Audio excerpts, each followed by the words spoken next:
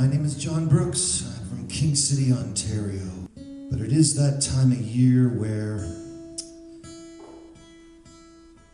I'm obliged to shape my set lists in a manner that favors my second album. I thought it would be a great idea to release an album of Canadian war stories from World War I up to Afghanistan. I come from that school of songwriting that believes a song should mean something, and B, if you want to heal a wound in this world, occasionally you have to look at one. And so I took my cue from my heroes of the 60s and decided that as a folk singer I should write a CD of war stories. But I still love the songs, and that's what we're going to spend the first, at least the majority of the first set on, since it is November 9th. So, yeah, I tried to cover all the major wars that Canada was involved in, from the First World War to the present at the time. And I also tried to cover something from every part of the country.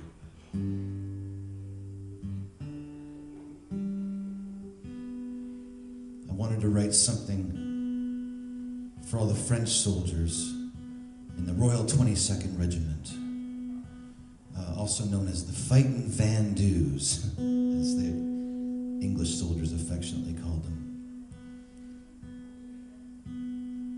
And this next song was inspired after I read Romeo Dallaire's courageous book, Shake Hands with the Devil. In 1994, Rwanda, of course, they sent the French soldiers over there to deal with that. This is a song loosely based on that book.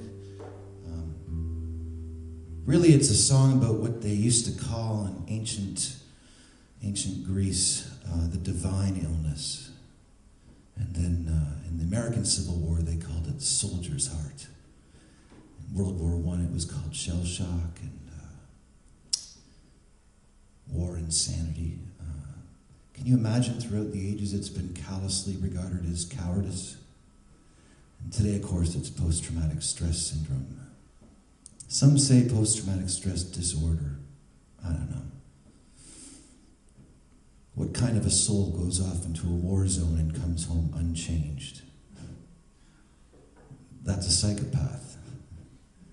Anyway, it was one of the highest honors of my little career to have this album put in the permanent collection of the National War Museum, the John McCrae Society, and more than that, to go into the hands of Romeo Dallaire. And I don't use the word hero casually. It's being thrown around too lightly these days.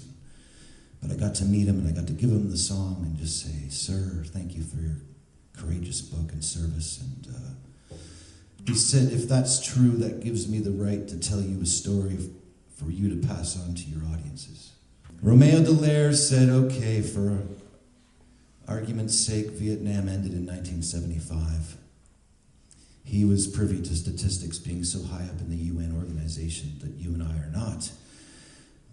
Now, the main statistic we're all well aware of, especially after Ken Burns' first-rate piece of art, the Vietnam War. Did anybody catch that about a month ago? If you go to the monument in the Washington Mall, it's the number is pretty clear. It's 58,000 men and women perished in that war. And Romeo Dallaire said that from 1975, the end of the war, till 1996, this 21-year period, the American military kept track of those men and women who came home alive, who survived the so-called killing floor of Vietnam and made it home alive. And he said, of those men and women that survived Vietnam in that 21-year period, 102,000 of them took their own life. So Americans don't need to hear this story because it touches them in every single household. But what Romeo Dallaire is getting at is, what's the real number? What is the real cost? Is it 58,000?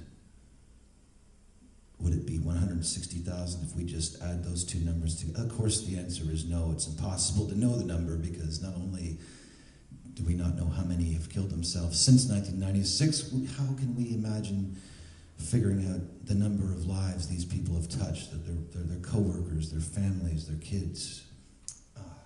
So, I know this is tough, but you're tough-souled in Dryden, and you're going to handle it, and you're going to come out better for it. The second set will be nothing but love songs, don't worry. But we have to do this. This is called Kigali.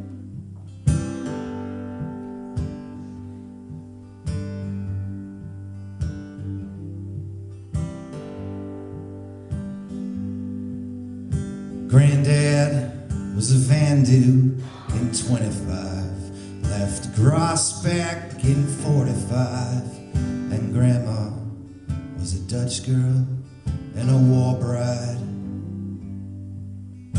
My dad, like his dad, came home quiet to love us with few words. To know him, I had to become him. I left Somalia for a new chapter 6. Was discharged in 94 from the Amaharo barracks. But I don't know the way, I don't know the way home from Kigali.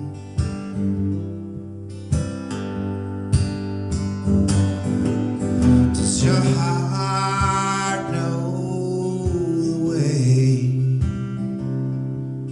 Does your heart know the way home from Kigali?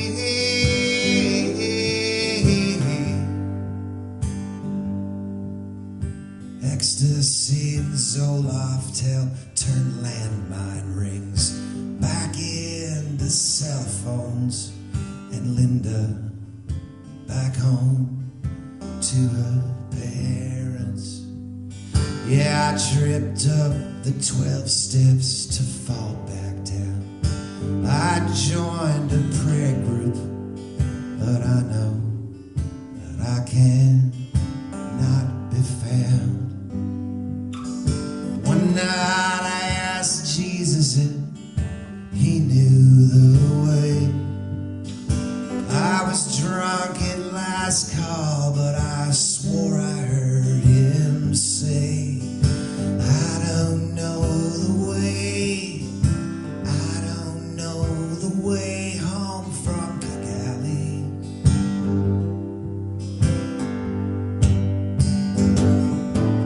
Does your heart know the way?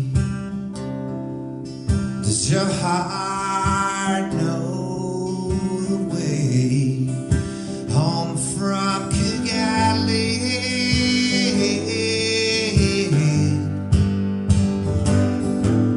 Does your heart know the way?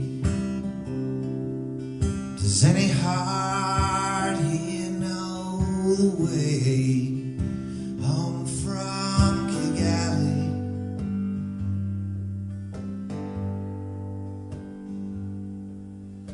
Back rooms in black light down St. Catherine, into that soft abyss under the weight of a naked stranger. Between dances she lies back on me, and I smell her hair and her unknown skin. I brush dry lips alone. She smiles that sad smile of all souls astray. I think to ask her, though I know she'd say, I don't know the way, I don't know the way home from Kigali.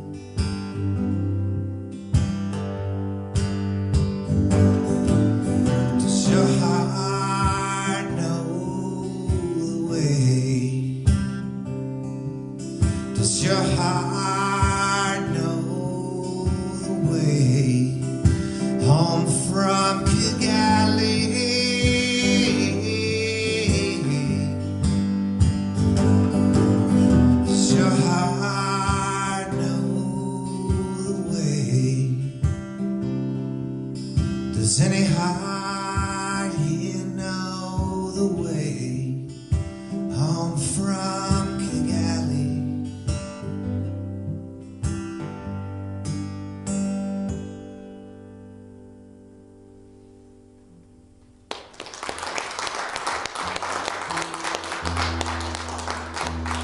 Thank you kindly. Thank you.